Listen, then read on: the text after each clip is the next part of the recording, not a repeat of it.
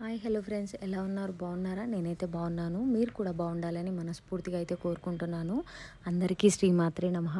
చాలా రోజుల తర్వాత మీకు ఒక మంచి విషయం చెప్పాలని మీ ముందుకైతే వచ్చేసాను. వీడియో చూసే ప్రతి ఒక్కరు వీడియోకి అయితే ఒక చిన్న లైక్ ఇవ్వండి. ఇప్పటి వరకు మీరు మన ఛానల్ సబ్స్క్రైబ్ చేసుకోకపోతే ప్లీజ్ సబ్స్క్రైబ్ చేసుకొని మీ ఫ్రెండ్స్ అండ్ ఫ్యామిలీ మెంబర్స్కి షేర్ చేయండి. ఈరోజు వీడియో ఏంటి అనంటే, మా అమ్మ నాన్న పూజలు బాగా చేసేవాళ్ళు అని చెప్పి నేను ఇంతకుముందు వీడియోలో కూడా మీతో షేర్ చేసుకున్నాను.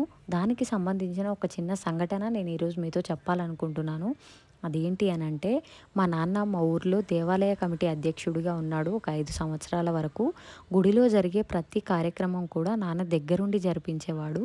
ఇలా రోజు దేవుని సేవలోనే ఉంటూనే ఉండేవాడు.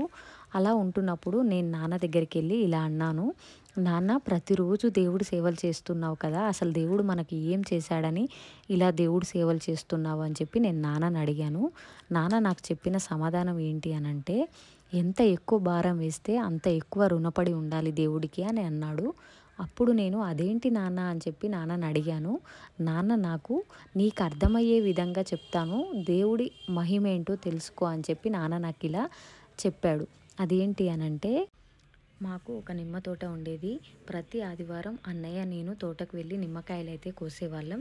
నాకు అర్థం అవ్వాలని నాన్న ఇలా చెప్పాడు, ఎప్పటిలాగానే నువ్వు అన్నయ్య తోటకు వెళ్ళారనుకో, ఇద్దరూ కలిసి ఒక బస్తా నిమ్మకాయలు కోసారనుకోండి, ఆ ఒక్క బస్తా నువ్వు మోస్తావా అన్నయ్య మోస్తాడా అని చెప్పి నాన్న నన్ను అడిగాడు.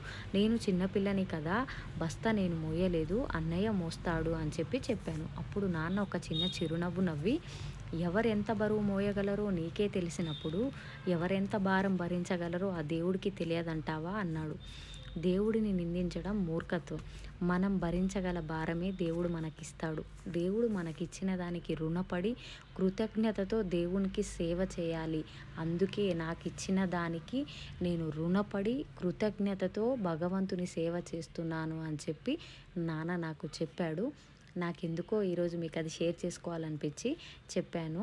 ఓకేనా ఫ్రెండ్స్, ఇలాంటి దైవ సంబంధమైన వీడియోలు ఇంకా మీతో షేర్ చేసుకుంటూనే ఉంటాను. అప్పటి వరకు వీడియోనైతే లైక్ చేసి షేర్ చేయండి.